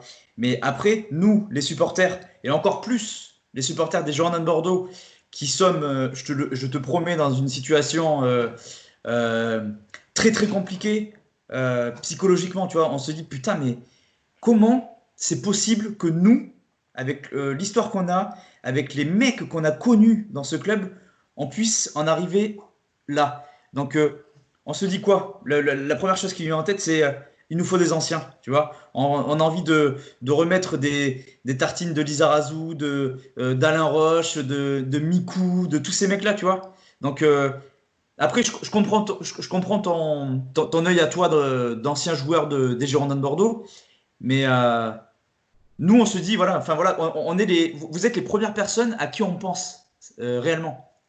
Ça, on se dit pas, ouais, il faut un expert de la com, un expert dans plusieurs domaines. Non, on se dit, non, nous, il nous faut les anciens. Mais vous réagissez avec votre cœur et ça me touche, tu vois ce que je veux te dire.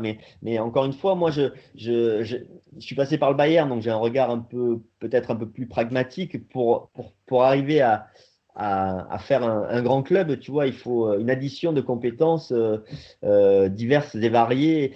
Et au Bayern, alors c'est un super exemple, il y a plein d'anciens joueurs, mais les Girondins de Bordeaux, il y a eu des anciens joueurs, mais pas tant que ça s'est jamais construit sur. Et là, en l'occurrence, c'est même pas une question d'anciens joueurs, c'est qu'ils ont sorti tout ce qui était, quasiment ce qui était là depuis des années aux Girondins. Donc c'est pire que ça encore, tu vois. Enfin moi, si tu veux qu'on parle de mon modèle de club, je vais te dire que l'ancrage régional, il est vachement important. Qu'à un moment donné, si tu veux triper pour un maillot, il faut que tu aimes la région. Tu vois, c'est aussi simple que ça aussi, et qu'il faut des gens de la région. Mais encore une fois, après, gérer un club, c'est pas juste mettre un nom. C'est un projet global. C'est compliqué en fait. La situation elle est compliquée parce que déjà, on en a parlé tout à l'heure. Déjà, tu as vendu à ces mecs-là, tu savais même pas qui c'était, tu vois, juste parce qu'apparemment ils avaient de l'argent et tout ça, mais tu connaissais rien de leur projet. Et puis au final, tu te retrouves ils sont propriétaires. Ils sont propriétaires. Si on n'a pas envie de vendre, ils vendent pas. On ne sait même pas les dettes. On ne sait même pas en fait quelle est la dette réelle du club. Qu'est-ce que tu veux? Enfin, tu vois, à un moment donné, le mec, il va acheter. Pas facile de trouver un acheteur. Pas facile de trouver un acheteur, il faut avoir les moyens. Et puis, le gars, s'il voit qu'il y a trop de casseroles, s'il voit que tout est cassé à l'intérieur, bon, il va se méfier, quoi. Tu vois, c'est compliqué, en fait. Tu vois, c'est super compliqué pour nous. Pour nous aussi, on est touché, tu vois, on est touché. Ouais, je sais, mais non, mais c'est pas ça. Mais je vois bien, tu vois, il y a des appels un peu, mais on est sans, comment te dire, on n'a pas d'armes pour nous. On a joué aux Girondins de Bordeaux, on a essayé de faire le mieux en tant que joueur des Girondins de Bordeaux, mais moi, j'ai pas de projet à te proposer. J'ai pas un projet avec déjà de dire ce que tu dis là. Déjà, ça fait du bien, déjà. Ça fait du bien, déjà. Ça fait du bien. Si tu veux, c'est cool de l'entendre parce que on est tout à fait OK avec ce que tu dis. Hein. Je veux dire, mais ça fait du bien parce que tu as l'impression qu'il n'y a que les supporters ou les UB 87, les ultras, les trucs qui se disent putain, c'est la merde, et qu'autour, tu vois ce que je veux dire. Non, et tu vois, je suis sûr et certain que moi, tous les jours, je m'y intéresse. D'accord? Je lis tout ce qui se dit sur les Girondins. Voilà, tu veux savoir? Je lis tout. Mais je ne peux pas parler tous les jours. Je ne peux pas parler chaque semaine sur ce sujet. Je ne peux pas, moi, prendre position sans savoir les choses ou les avoir vécues, expérimentées. Les supporters ont vécu directement des situations, les ultras ont vécu directement des situations avec ceux qui gèrent le club à l'heure actuelle, et des situations qui font qu'ils sont très fâchés. Bon, moi, je ne peux pas parler de ça, mais j'observe que les dirigeants actuels ne fédèrent plus du tout toutes les entités importantes du club. Plus du tout, on l'a dit. Voilà. Mais après, je m'y intéresse, mais à côté de ça, j'essaye aussi, tu vois, d'être pragmatique, et je me dis, mais putain, déjà, ce qu'il faudrait arriver, déjà, je pense, il faudrait que le maire de Bordeaux, il a quand même un peu de poids, il demande des comptes. Il demande vraiment. Je te coupe, Bichente. Je viens de voir à l'instant, il y a 3 minutes, que Nicolas Florian vient d'appeler les Ultramarines pour justement en savoir un petit peu plus sur tout ce qui se passe au Girondins à l'instant. Vraiment, c'est tout frais là. Voilà, et après ça, tu as la vraie problématique, c'est que tu as un propriétaire, bon, il veut vendre ou il ne veut pas vendre. Tu as plein de choses.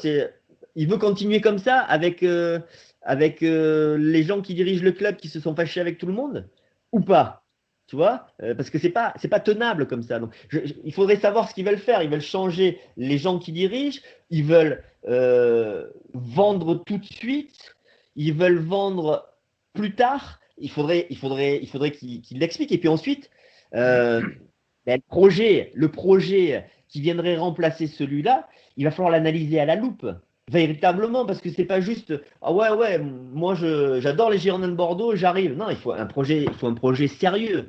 Il faut des mecs qui ont les moyens, et puis qui connaissent le boulot. Tu vois, c'est pas juste j'adore les Girondins, je suis supporter des Girondins. Et c'est bon, j'arrive. Non. Là pour le coup, il faut être hyper attentif à qui va reprendre les Girondins de Bordeaux. S'il y a quelqu'un qui reprend les Girondins de Bordeaux, mais à la base au départ, M6, bon, ils sont restés un bon moment aux Girondins de Bordeaux, mais c'est vrai que ça s'est vendu vite et pas forcément en regardant comme il le fallait en détail les gens qui arrivaient, quoi. Et puis on n'en parle pas beaucoup. GACP. Alors eux, parce que là on parle beaucoup de King Street, mais GACP, non mais là, il faudrait quand même un peu creuser sur cette bande-là. Mais ça serait pas mal de creuser aussi sur eux, hein, sur le mal qu'ils ont fait. Ça serait pas mal. Et qu'ils sont prêts à refaire ailleurs. Bref, ça c'est un autre sujet. Visiblement, c'est un nouveau métier. Voilà. Ouais, c'est ça, ouais. Après, si on voulait être fort dans le trading, il y avait toujours Jérôme Kerviel qui était dispo, mais bon, ça s'est pas fait. Donc, voilà, ouais. tout ça pour te dire que je m'y intéresse, je suis touché, je suis agacé, je ne me reconnais pas dans tout ça.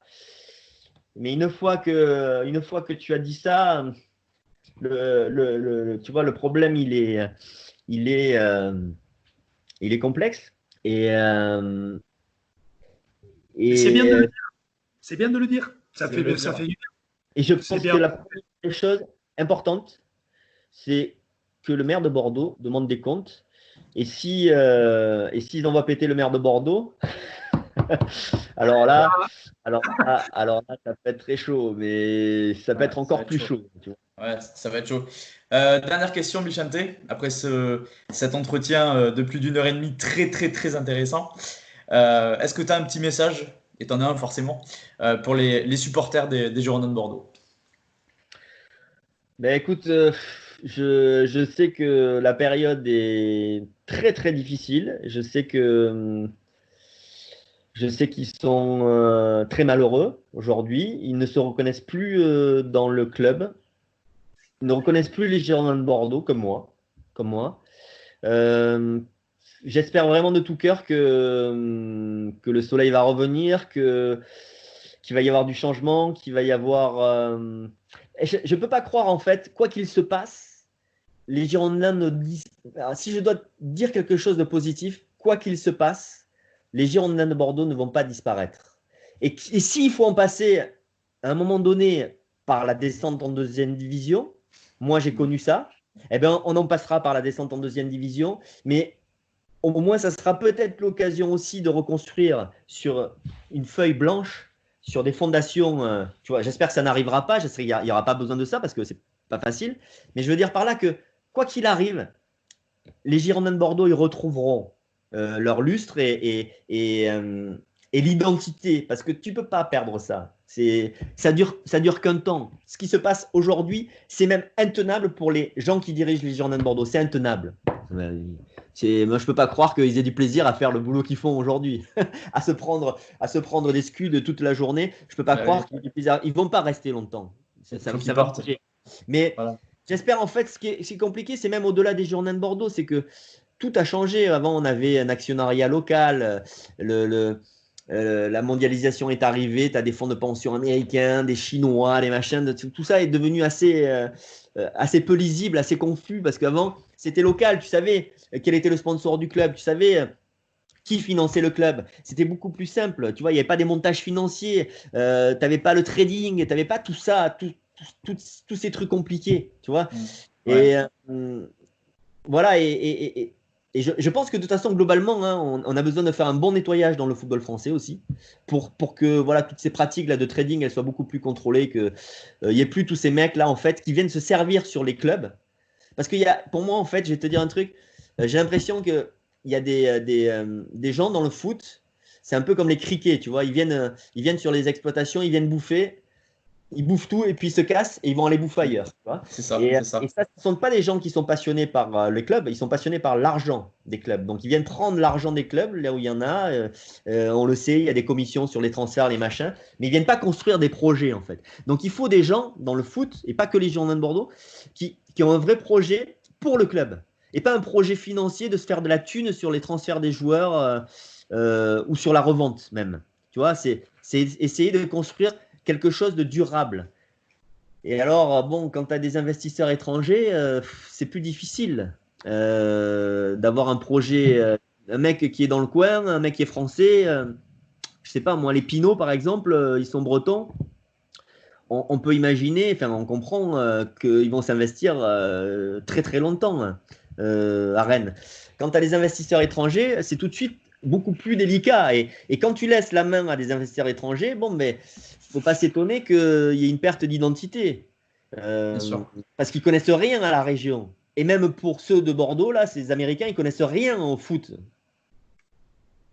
C'est sûr, c'est sûr, c'est sûr. Euh, Même au sport, hein. Déjà au sport d'une manière générale. Enfin, non, bon, si, ils connaissent le sport, mais au foot, ils connaissent rien. Mais voilà, il y a tout ce paysage-là, il est devenu beaucoup plus complexe et à un moment donné, il faut, pour reprendre la main, ben, il faut revoir les choses avec un peu plus de modestie et arrêter de penser voilà, mondialisation, marque internationale, tu vois, revenir à quelque chose d'un peu plus modeste probablement, qui fait pas forcément rêver, tu vois, et dire ouais, on va jouer la Ligue des Champions. Non, non. Non, tu reconstruis sur les bases une identité, ton centre de formation, des jeunes qui sont formés, qui jouent en équipe première et une équipe qui te donne envie, dont tu es fier. Et même si elle n'est pas en Coupe d'Europe, tu vois, parce que tu vois, ça va prendre du temps tout ça, ça se fait pas en 2 secondes. Bien sûr, c'est clair, c'est clair. Et même si elle n'est pas en Coupe d'Europe. C'est ce qu'a fait l'UBB, est parti de Pro D2 avec un jeu. En plus, il y avait le jeu chatoyant, et après, ils sont restés dans le 6, 7e, 8e du championnat pendant 4-5 ans. Et là, maintenant, c'est en haut, mais avec un projet pareil de régionalisation, avec un président du coin, entrepreneur, qui connaît le rugby, qui connaît le sport. C'est vers un truc comme ça ça serait fantastique qu'on tende vers un projet comme ça. Ouais. Je trouve que ça serait un. Enfin, en tout cas, je pense qu'il faudrait revenir à. Il faut revenir en fait à la source et revenir un peu à nos racines et donc se retrouver un peu entre nous, les mecs du Sud-Ouest. Tu vois ce que je veux te dire? Voilà, on est du Sud-Ouest, on est les Girondins de Bordeaux et on est un club du Sud-Ouest. Et revenir un peu à ça et retrouver un peu de notre âme. Parce qu'en fait, ce qui se passe là, c'est qu'on se perd, en fait, on ne se reconnaît pas. On ne se reconnaît pas dans ce club-là. Voilà, on ne se reconnaît plus dans ça. Et ça, c'est inacceptable. Sans rentrer dans le détail des personnes. C'est inacceptable. Tout à fait. Ok. Merci beaucoup, messieurs. Nando, c'était cool de faire l'interview de Bichente avec toi. Et Bichente, on n'a pas parlé que de choses très gaies, mais c'était très, très sympa d'échanger avec toi. J'espère avoir la chance de t'avoir 5 petites minutes un soir à la radio, dans la vraie mission. Tu sais, moi, j'ai besoin de connaître. Nando a dû te dire, j'ai besoin de connaître un peu les gens avant. Mais voilà, maintenant, on a fait la présentation, donc il n'y aura aucun problème. Il faut qu'ils se sentent un peu le. Nando, au Pays Basque, on a les volets à moitié fermés toujours. Et donc, au départ, on est un peu. Je comprends bien. On est un peu. Voilà, et puis après, une fois que les volets sont ouverts, c'est bon. Bon, mais ça me fait plaisir. Donc voilà, merci messieurs. Et puis ben, écoutez, que de bonnes choses dans vos carrières respectives. Et puis allez Bordeaux, tout simplement. Allez, salut. Salut. En tout cas, c'est pas du sport.